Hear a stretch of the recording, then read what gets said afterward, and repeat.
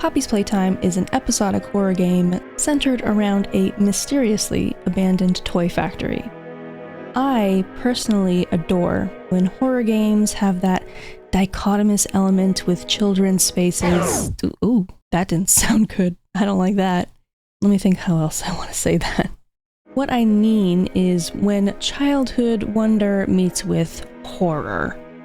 Theme parks, carnivals, toy stores, toy factories. It's a setting that I love. Now, I'm not ignorant of this series and its controversies, but I'm still happy to check it out. So, let's get some trophies. Speaking of trophies, there are not a lot. It's a bit barren in these parts.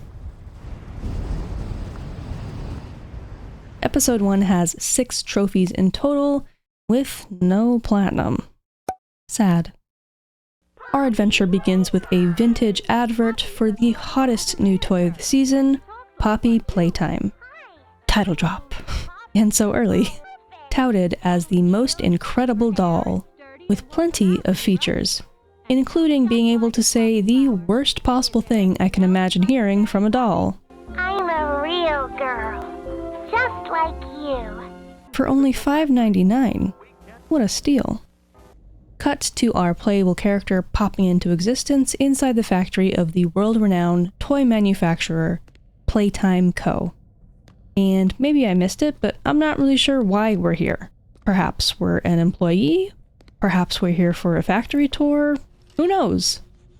But what is apparent is that we're not meant to be here. The foyer is in disarray. Boxes strewn about, plus we find our first of 5 VHS tapes, which explicitly states that absolutely no one should be on the premises. But too bad, so sad, here I am. We need to find some sort of hand to unlock the entrance door, and I gain access to what's called a grab pack. But what looks like those sticky hand toys that I would throw at my ceiling as a child. The grab pack basically acts as a magic wand that the devs use to solve any conflict in the game. It can grab things, it can work as a key, it can conduct electricity, it can express my frustration. What a handy tool. Entering the central hub of the factory, there is a ginormous statue of one of Playtime Co.'s best-selling toys, Huggy Wuggy. Statue, right? Is it statue? He is in prime up-top form, and I can't leave my man Huggy Wuggy hanging. Then you know I had to perform my routine inspections. Sadly, I'm gonna have to give these buns a 3 out of 10. Pretty flat. Y'all know my affinity to pushing big red buttons, and this one plays Huggy Wuggy's theme song, Popping Your Friend, Huggy. Finally satisfied with messing around, I go to unlock the door, only for the power to go out. I choose to not ask where or how Huggy got the key for the maintenance room, turn back on the power, and he's gone. Of course. But fear not, children, Huggy is never far away. In fact, he keeps popping up peripherally as I play. Just checking how I'm doing. I need to go through this room, grabbing... I don't know. I guess these are fuses.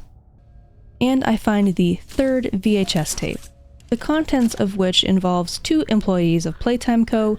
discussing how much disarray there is in the storage ever since the company took on an orphanage. Oh great. So y'all are in charge of children somewhere, huh? Cool. Placing the fuses provides me access to the right hand of the grab pack, allowing me to double-wield sticky hands and popping use responsibly. Which begs the question, how could one use these irresponsibly? Let me know. On to the Make a Friend room, where no one leaves without a friend. Ipso facto, we need to craft a toy before we can leave this room. Upstairs to turn on the power, I didn't notice that the damn floor was missing, but as I fell, I noticed the 4th VHS tape. Silver linings.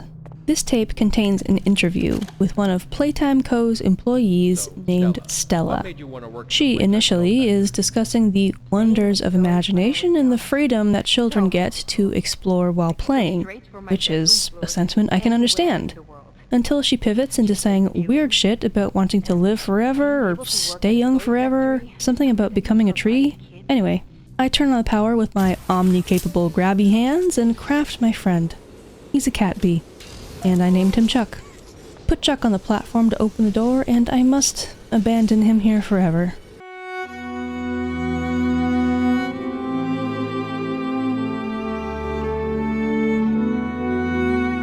Make my way down the hall, and oh boy! Hi, Huggy. No thank you. Back into the make-a-friend room, and we have to vent. It's pretty sus. Honestly, the episode up to this point had been underwhelming. Not really anything happening, but being chased through these vents by Huggy Wuggy is, surprisingly, adrenaline pumping. The tight corners, Huggy suddenly appearing beside me, getting caught in dead ends while the constant thumping of Huggy's footsteps are echoing right behind me. It all combined made me feel alive. I might be sick. This doesn't seem normal. Eventually, I found the way out of the vent maze, pulled this box right down on Huggy's dome, unlocking narrow escape. He slumps down on the catwalk, falling off into the void below, and that's blood. Huggy had blood in him. So, not a possessed toy. Rather a living creature. Neat. We've now reached Poppy's door that we saw in the vintage advert, and in front of this door I find the final VHS tape. Playing it pops avid listener, and above the blood-curdling screams, we learn about experiment 1006, aka the prototype, who sounds intelligent and dangerous and has concerningly been missing for quite a while. Head through Poppy's door, and we find her enclosed in this hutch. Opening it sets her free and wakes her up, ending episode 1 and unlocking Time to Play. This foray into some Poppy's Playtime was fine.